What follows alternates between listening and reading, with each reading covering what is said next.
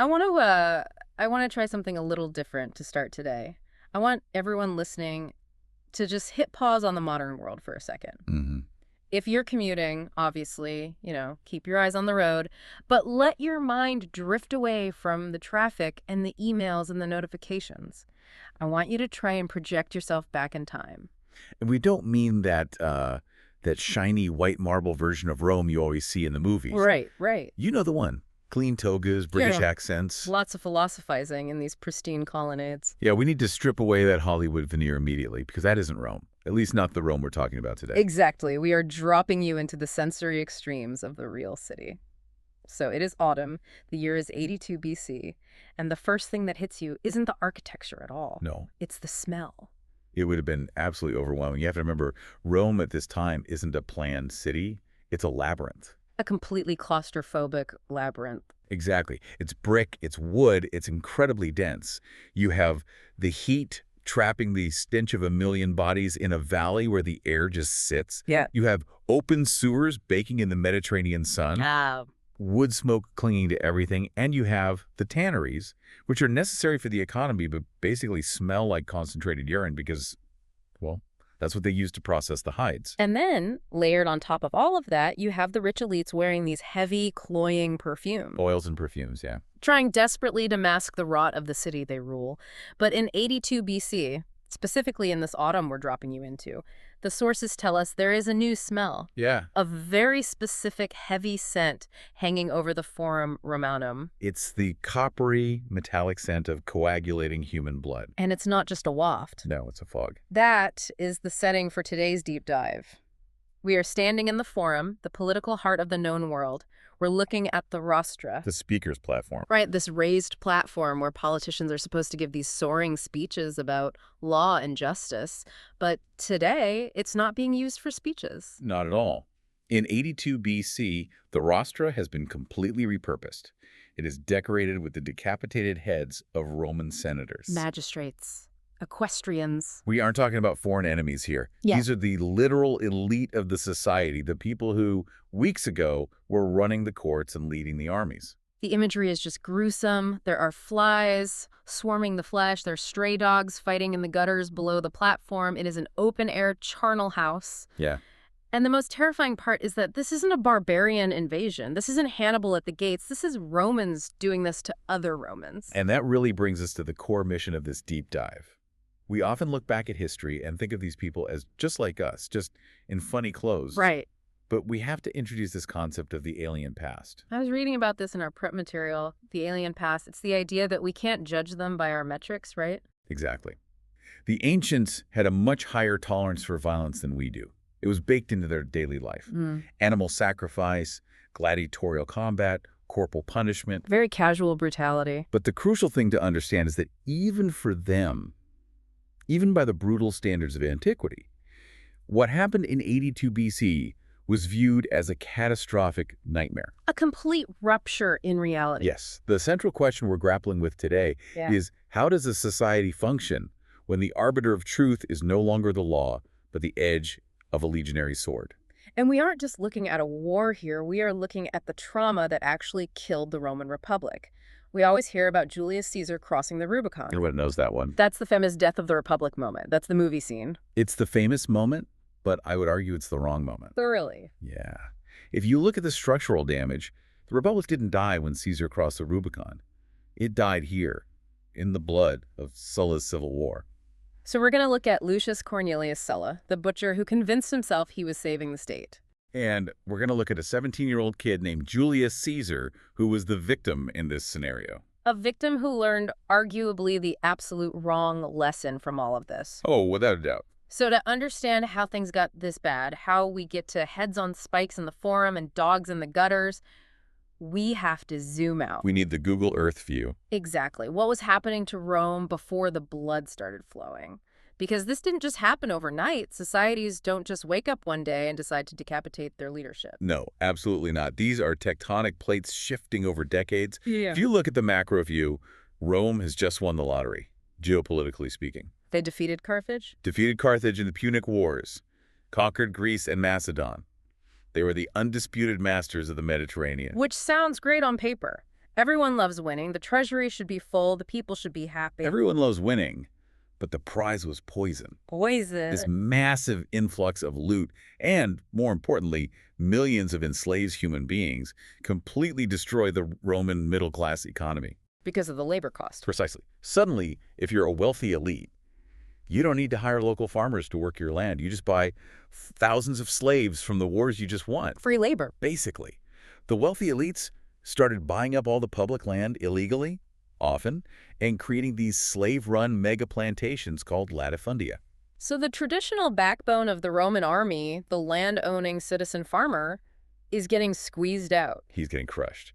He goes off to fight for Rome for 5 years. He comes home, and his farm is gone. It's been absorbed by a mega plantation owned by a senator who never even saw combat. Man, that is bleak. So where do these guys go? They can't farm anymore. They go to Rome. They fled into the urban slums. Destitute, angry, disenfranchised. You have this volatile mob building up in the city. This is a powder keg. And this creates a secondary crisis, a massive manpower shortage for the army. Because you had to own land to serve in the legions. If nobody owns land, Nobody can fight. And this is where we meet the first player in our tragedy, Gaius Marius. He steps into this crisis with a solution that seems smart at the time but ends up being disastrous. Gaius Marius is what the Romans called a novus homo, a new man. Meaning he didn't have the fancy last name. He wasn't part of the country club. Right. No aristocratic pedigree, no ancestors in the Senate. He got there on sheer military genius and populism. And in 107 BC, Rome is bogged down in the Jugurthine War in Africa. They need men. Desperately. So Marius does something that changes the world forever. He eliminates the property requirement, He opens the doors to the poor. the capitancy, the head count, people who had nothing but their own bodies to offer, and he turns them into professional soldiers. Wow. These aren't farmers fighting in the summer anymore and going home for the harvest. These are hard, disciplined professionals. They called them Marius's mules because they carried their own gear, marching 20 miles a day. But here is the friction point. The state, the Senate, they were happy to use these men to win wars, but they didn't want to pay for their retirement. That is the fatal flaw. The state provided absolutely no pensions. There was no GI Bill. If you were a soldier and you served your 16 or 20 years, you had nothing waiting for you but poverty. Unless Unless your general took care of you. Right. Exactly. If you wanted to retire and get a piece of land to farm so you didn't starve, you depended entirely on your general to go back to Rome and strong-arm the Senate into passing a land bill. So let me get this straight. If I'm a soldier, my loyalty isn't to the flag anymore. It's not to SPQR. It's to the guy signing my paycheck. To Marius or Sulla or Pompey, Yeah. yes, the loyalty transferred from the state to the general. If the general wins, the soldiers eat. If the general loses, the soldiers starve. And that right there is what broke the system. That is the structural flaw that doomed the Republic. They basically privatized the loyalty of the army. And lurking in the background of Marius's army is our other main character, Lucius Cornelius Sulla. And these two guys, talk about a contrast. If you were casting a movie, you couldn't pick two more different people. Oh, it's the ultimate rivalry. Marius is the new man, the populist, the rough-hewn soldier. Sulla's a patrician. He is the bluest of blue blood. He is from the ancient Cornelii clan. But there's a twist, right? A big twist. His branch of the family is completely destitute. Poor aristocrats. That's a dangerous psychological combination. You have the entitlement, but absolutely none of the means. The most dangerous. Sulla grew up in humiliating poverty by aristocratic standards. There's this famous anecdote about his rent that really illustrates the chip on his shoulder. I love this story. As a young man, Sulla lived in a cheap, multi-story lodging house. He paid 3,000 sesterces a year for the bottom floor. And 3,000 sesterces, give us a sense of scale. Is that a lot? It's peanuts for a nobleman. But the sting comes from the comparison. A freedman, a former slave, lived in the apartment above him and paid 2,000 sesterces. So the difference between this ancient noble bloodline, this descendant of gods and consuls, and a former slave was 1,000 sesterces. That's And that 1,000 sesterces burned a hole in Sulla's soul. You have to understand the Roman concept of dignitas. It's not just dignity. No, it's your face, your credit rating, your political currency. Without money, Sulla had no dignitas. He was invisible. Later in life, when Sulla was dictator, that freedman actually shouted that fact at him before being executed. Oh my God. It drove Sulla's obsession. He needed to prove he was better than everyone else because he started with nothing but his name. And the spark that really set off the hatred between Sulla and Marius goes back to that war in Africa, right? The Jugurthine War. Marius is the boss, Sulla is the subordinate. It does. It was 104 BC. Marius is the commander.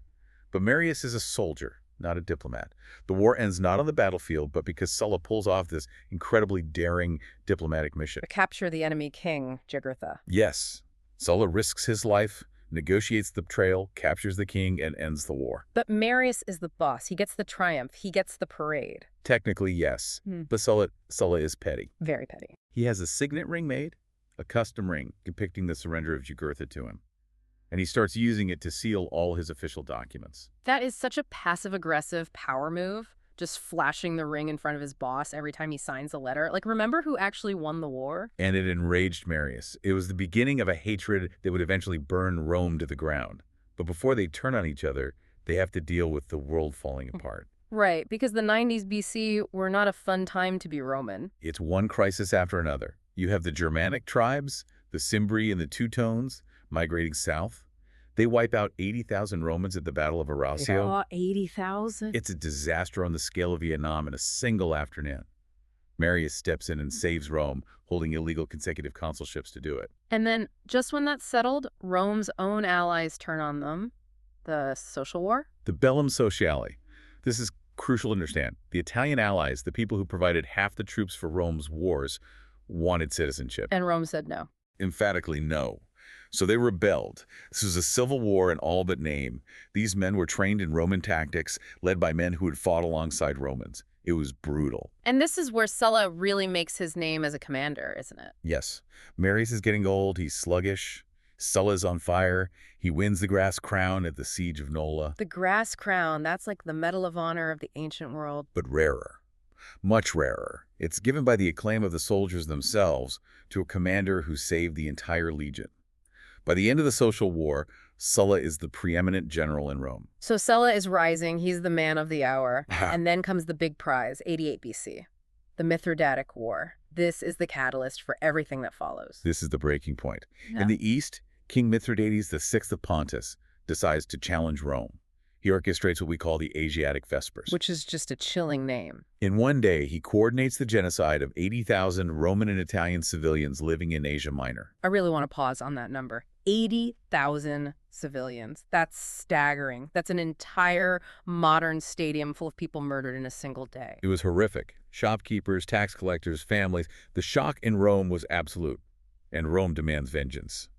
But more importantly, from a political standpoint, Oh, the money. always, the general who gets command of this war is going to get two things: incredible glory and unimaginable wealth from looting the East. Mithridates was incredibly rich. So this is the golden ticket. If you get this command, you are set for life. Sulla is the consul. It should be his job by law. It is his job, by law, by custom, by right. Sulla is preparing his legions at Nola. But Marius can't let it go. Marius is sitting in Rome. He's old now, almost 70. He's had several strokes. He's obese. But his ego cannot let Sulla have this. He makes the backroom deal with a radical tribune, bypasses the Senate, and uses the mob to strip the command from Sulla and give it to himself. So picture this. Sulla is at camp. He's got his armor polished. He's ready to go. And suddenly he gets the slip of paper saying, "You're fired." Marius gets the job. Exactly. Sulla is at Nola with 6 legions. These are his men. They fought with him in the social war.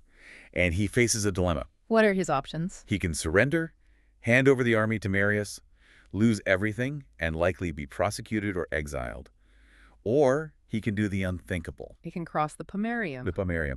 We really need to stress what this means. This isn't just a city limit. This is a sacred religious boundary. Defined by the gods. Yes. No general, no active military forces are allowed to cross that line. It is the ultimate taboo. It separates the sphere of war from the sphere of civil life. The source material uses this great analogy. It says it's like a modern general marching armored divisions across the Potomac to seize the capital because he didn't like a vote, but add a religious element, like he's defiling a church while doing it. It's exactly like that. It was unimaginable. The psychological barrier was immense. But Sulla goes to his troops, and notice what he does here.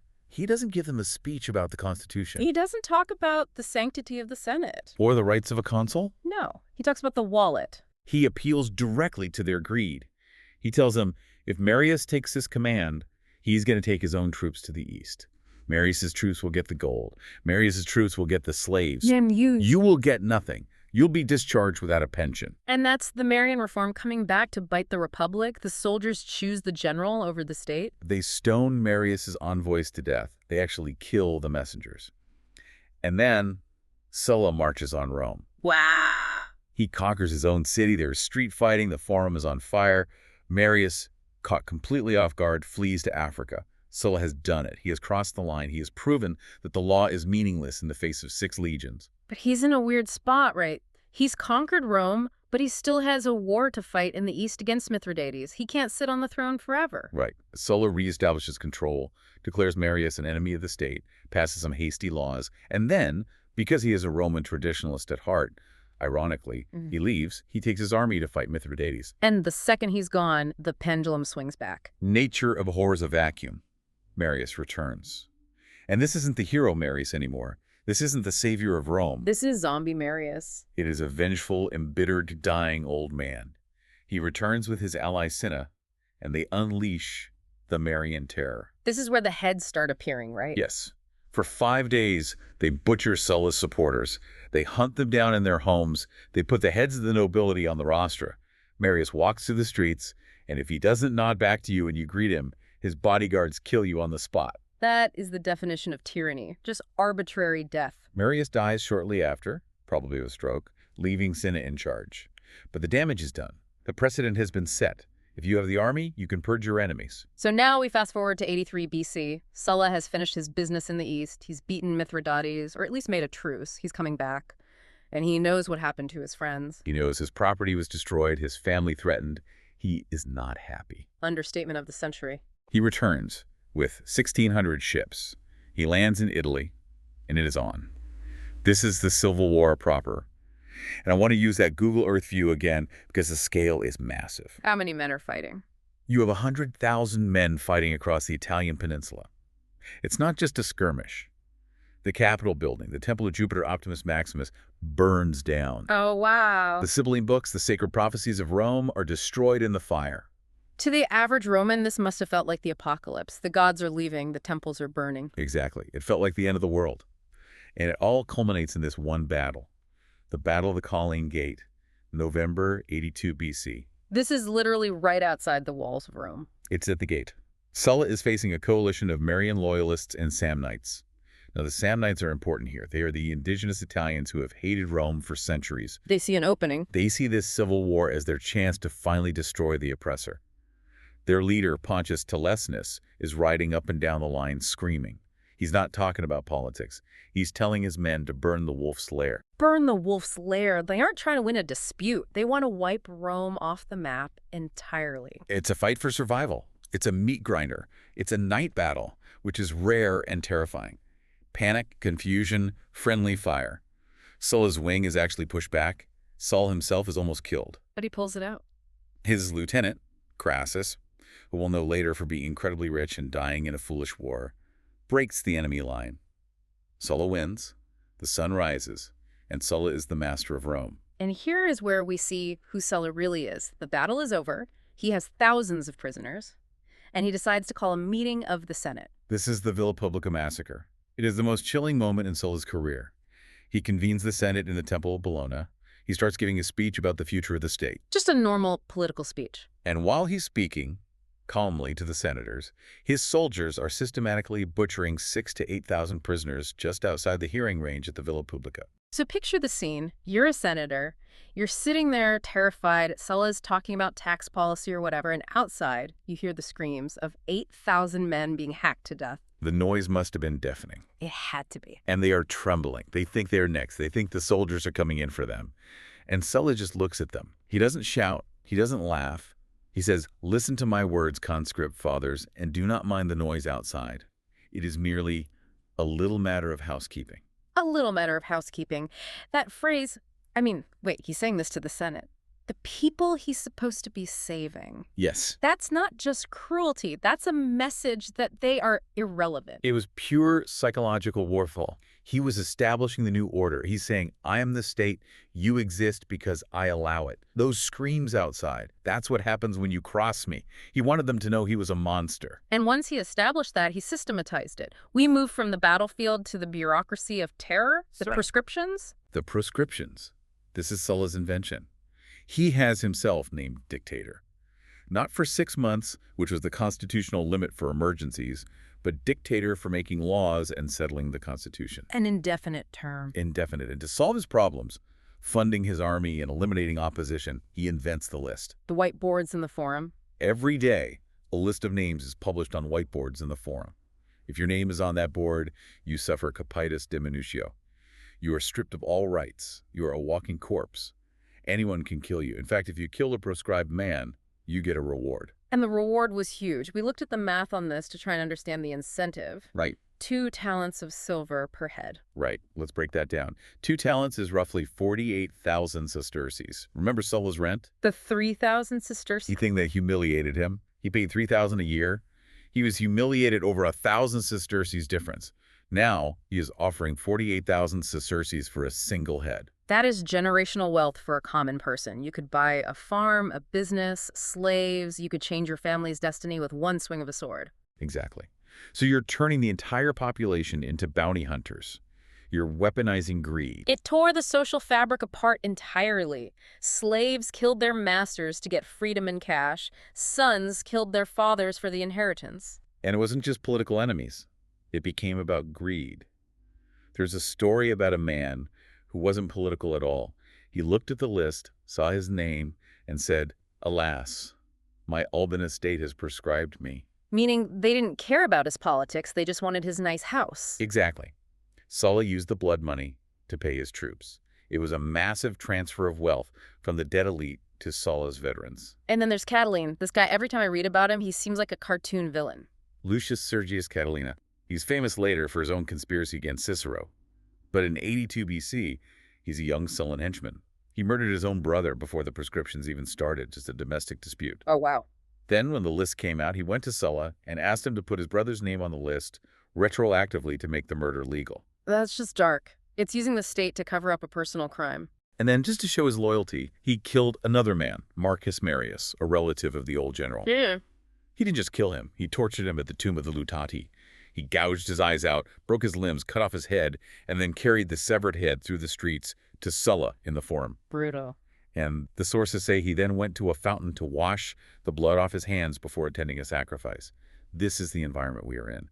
Ritualized, performative cruelty. And presiding over all of this is Sulla. And he physically looks terrifying, right? The statues make him look noble, like a standard Roman, but the descriptions of him in 82 BC are different. Very different. He Yeah. had piercing gray eyes that people found unsettling. They said they were shining and fierce. But his skin, he had a skin condition, possibly a form of psychosomatic dermatitis or something related to his excesses. His face was covered in angry red blotches mixed with white patches. There was that insult from the jester. Yes, an Athenian jester called him a mulberry sprinkled o'er with meal. He looked like a diseased shroot. It added to the horror of his presence. You have this man with a rotting face sitting on a high chair deciding who lives and who dies. And the terror was so random, people didn't know when it would stop. There's this moment where a senator, Metellus, stands up in the Senate. And he's brave, right? He actually challenges the dictator. It's a heartbreaking moment, and it shows the desperation. Metellus stands up and says, "Sulla, we aren't asking you to spare the people you're going to kill. We know you're going to kill them. We just want you to tell us who you're going to save so we can stop living in terror." He's just asking for certainty. He just wants to know if he's going to be alive tomorrow. Exactly. And Sulla's response. Sulla looks at him and says, "I am prescribing as many as I can remember. Those who escape my memory, I will prescribe at a future time." Unbelievable. And then, just to prove a point, he posts 80 more names. Then the next day, 220 more. Then 220 more after that. It was endless. So in the middle of this slaughterhouse, we meet our next key figure. He's just a kid, 17 years old, Gaius Julius Caesar. Yeah. And I think for most listeners, Caesar is this colossus, this old bald guy conquering Gaul. But here he's a teenager. He's a nobody at this point. Huh. He's not a general. He's actually a priest. He's the Flamen Dialis, the high priest of Jupiter. It's a very restrictive religious role, but he has a massive target on his back. Because of his family connections? He is the nephew of Marius, Yeah. and he is married to Cornelia, the daughter of Cinna. He is practically marrying royalty by blood and marriage. If you are Sulla looking at a family tree, Caesar is the glowing red dot. So Sulla calls him in, and Sulla's doing this to everyone, telling them to divorce their wives to prove loyalty. It's a test. Are you with me or with the dead regime? Pompey did it right. Pompey, who was a warlord, a butcher in his own right, did exactly what Sulla said. He divorced his wife immediately to marry Sulla's stepdaughter. He fell in line. But Caesar... This 17-year-old kid looks the dictator in the eye, the man with the rotting face who is piling heads in the forum, and says no. That is, I mean, is that bravery or stupidity? Or is it just that teenage feeling of invincibility? It's likely a mix of immense aristocratic arrogance. Hmm? Remember, Caesar claimed descent from Venus, and incredible courage. But the consequences were immediate. Sulla strips him of his priesthood, he confiscates his inheritance, he takes his wife's dowry, and he marks him for death. So Caesar has to run. He goes from being a high priest to a fugitive. He flees into the Sabine Hills. And this isn't a glorious adventure. He's sick. The sources say he has Corton ague, which is probably malaria. He's shivering with fever, teeth chattering, moving every night to avoid the death squads. He's sleeping in barns, hiding in ditches. And he gets caught. This is the moment that could have changed history. He does. A centurion named Cornelius Figita catches him. He's leading a patrol, hunting for proscribed men, and he finds Caesar. And this is the moment where history hangs in the balance. If that centurion puts a sword in Caesar's chest, the world looks completely different today. No empire, no Cleopatra, no Jesus born in the reign of Augustus. It all stops right here. But Caesar talks his way out of it, or buys his way out. He bribes him, He pays the centurion 2 talents of silver. which is the exact bounty on his own head. The irony is delicious. He pays the bounty price to the bounty hunter to let him go. The centurion takes the cash, probably realizing it's safer to take the money and not report it than to drag a sick kid back to Rome, and Caesar escapes to the coast. But back in Rome, his family is going crazy. His mom, Aurelia, is begging Sulla. The Vestal Virgins are intervening. And Sulla respects the Vestal Virgins. They are powerful. They keep nagging him. He's just a boy, Sulla. He's a priest. He's harmless. Let it go. And Sulla finally caves. He grants the pardon. But he says something, right? He gives a warning that feels like it belongs in a Shakespeare play. It's one of the most prophetic lines in history. Sulla looks at these people begging for Caesar's life and says, "Have your way and take him. But bear in mind that the man you are so eager to save will one day deal the death blow to the aristocracy.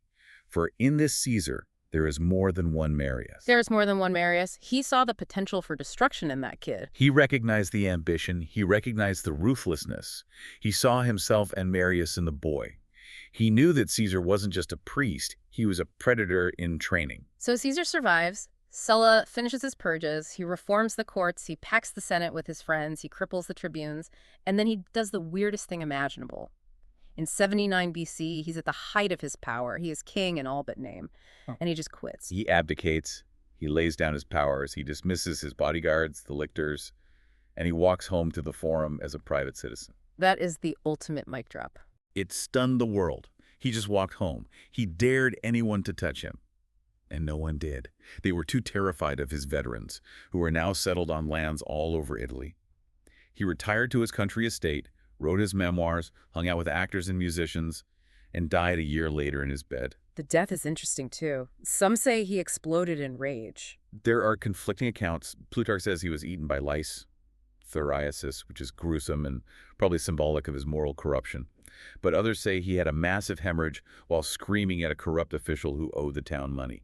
He died as he lived, angry and violent. And the funeral was massive. Unmatched until Augustus. But here's the key detail. Sulla ordered his body to be cremated. This was unusual for his family. The Cornelia buried their dead. But Sulla knew that if he was buried, his enemies would dig him up and desecrate him, just like he did to Marius's ashes. He knew the hatred would outlive him. He wrote his own epitaph, too. No friend ever served me, and no enemy ever wronged me, whom I have not repaid in full. It's the code of a gangster. It's not about the state. It's about personal loyalty and personal vengeance. It sums up the tragedy perfectly. So let's talk legacy. Sulla thought he saved the Republic. He strengthened the Senate. He He gutted the tribunes. He put the toothpaste back in the tube. He thought he did. He built a fortress of conservative laws. But he built it on a foundation of sand. The paradox of Sulla is that he used total lawlessness to restore the law. You can't save the Constitution by violating it. Exactly. He proved to everyone, especially the young men watching, that the Constitution was hollow. He proved that power doesn't come from votes or laws. It comes from loyal legions and violence. And that brings us back to Caesar. Caesar was the victim in 82 BC. He was the hunted. But what did he learn? He didn't learn to respect the Senate. He learned that if you don't have the power, you are the victim. If you don't want to be the livestock, you have to be the butcher. So when Caesar crosses the Rubicon 40 years later, he's just following the blueprint Sulla drew. It's the bloody blueprint. Sulla showed them how to do it. March on Rome, purge your enemies, seize power. The tragedy is that Sulla did it to save the Republic, but his methods ensured its destruction. The trauma of 82 BC is what allowed the empire to rise. It's fascinating to think about that generation. They grew up watching heads rot on the rostra. They were raised in a slaughterhouse. And when you raise a generation in a slaughterhouse, they don't grow up to rebuild the past. They grow up to build an empire where that kind of chaos can't happen again, even if it means trading their freedom for security. So Sulla died in his bed, believing he was the hero. And the Republic didn't die with a whimper. It died with a scream of those 8,000 men being butchered outside the Senate while Sulla talked about housekeeping. That is a heavy thought to leave on. It makes you wonder about the long-term cost of political violence. It's not just the people who die today, it's the lesson you teach the people who survive for tomorrow. Precisely. The trauma echoes. This has been a heavy one, but a necessary one to understand where the story goes next. Thank you for listening to this deep dive into the bloody blueprint. We'll catch you next time.